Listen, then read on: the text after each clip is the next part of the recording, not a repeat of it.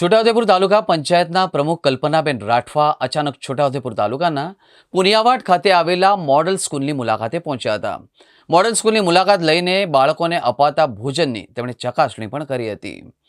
છોટાઉદેપુર તાલુકાના પુનિયાવાડ ખાતે આદિજાતિ વિકાસ વિભાગ દ્વારા સંચાલિત એકલવ્ય મોડેલ સ્કૂલની છોટાઉદેપુર તાલુકા પંચાયતના પ્રમુખ કલ્પનાબેન રાઠવાએ અચાનક મુલાકાત કરી હતી। તાલુકા પંચાયત પ્રમુખ કલ્પનાબેન રાઠવાએ મોડલ સ્કૂલની મુલાકાત લઈને બાળકોને અપાતા ભોજનની ચકાસણી કરી હતી અને બાળકોને કયા પ્રકારનું ભોજન આપવામાં આવી રહ્યું છે તેની પણ તેઓએ ચકાસણી જાતે કરી હતી। તાલુકા પંચાયત પ્રમુખે બાળકો સાથે પણ મોડેલ સ્કૂલમાં કયા કયા પ્રકારની વ્યવસ્થા આપવામાં આવી રહી છે તે બાબતે ચર્ચા વિચારણા કરી હતી। અચાનક તાલુકા પંચાયત પ્રમુખ કલ્પનાબેન રાઠવા મોડલ સ્કૂલની મુલાકાતે પહોંચતા કર્મચારીઓમાં દોડધામ મચી ગઈ હતી। આ મુલાકાત દરમિયાન તેઓની સાથે ભાજપના યુવા નેતા સંગ્રામસિંહ રાઠવા, પ્રદેશ મહિલા મોરચાના આમંત્રિત સભ્ય લીલાબેન રાઠવા પણ હાજર રહ્યા હતા।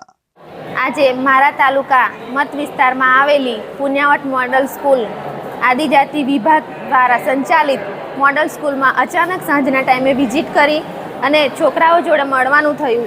છોકરાઓ એ સારો એવો જવાબ આપી રહ્યા છે કે અમને સારું એવું જમવાનું મળી રહ્યું છે અને રહેવાની જમવાની કોઈ તકલીફ પડતી નથી તથા એમના અભ્યાસ અંગે પણ સારી એવા માર્ગદર્શન મેળવ્યું। એ લોકો એવું કહેવા મળી રહ્યા છે કે અમને સારું એવું સ્ટડી કરાવી રહ્યા છે।